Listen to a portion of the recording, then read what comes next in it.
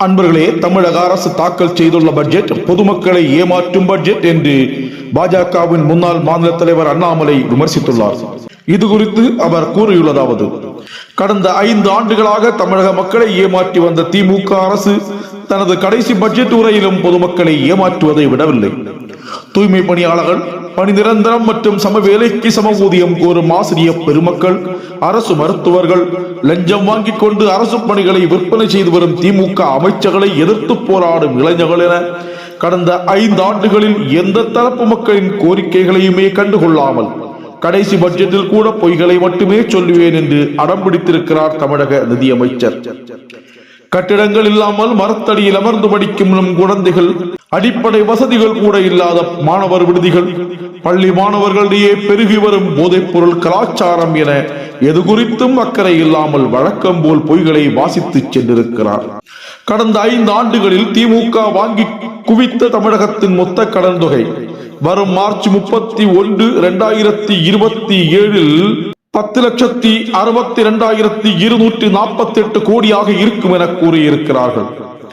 கொடுத்த வாக்குறுதிகளையும் நிறைவேற்றவில்லை, புதிய திட்டங்கள் எதையும் செயல்படுத்தவில்லை, பொதுமக்களின் அடிப்படை தேவைகளை கூட பூர்த்தி செய்யவில்லை.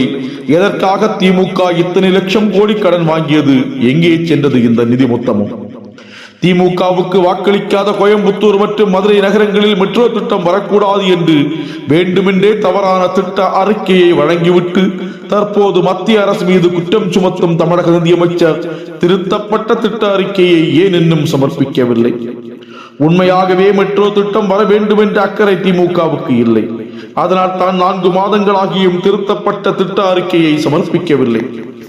நிதியமைச்சர் திரு தங்கம் தென்னரசு அவர்கள் அவசரமாக பட்ஜெட் அறிக்கையை வாசித்ததை பார்த்தாலும், அப்பாடா, இதை விரைவில் முடித்து விட்டால் இனி எப்போதும் நமக்கு இந்த பட்ஜெட் அறிக்கையை வாசிக்கும் தொல்லை இருக்காது, எதிர்க்கட்சி வரிசையில் அமர்ந்து பொழுதுபோக்கலாம் என்ற நிம்மதி பெருமூச்சுதான் வெளிப்படுகிறது.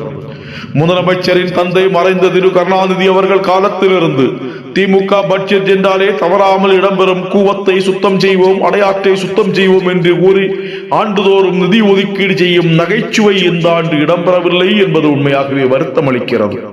கடந்த 2 ஆண்டுகளாக அடையாறை சுத்தம் செய்ய ஆண்டுக்கு 1500 கோடி ஒதுக்கீடு செய்ததாக கூறிய நிதி எங்கு போனது என்பதும் தெரியவில்லை என்று அண்ணாமலை தன்னுடைய பதிவில் தெரிவித்துள்ளார்.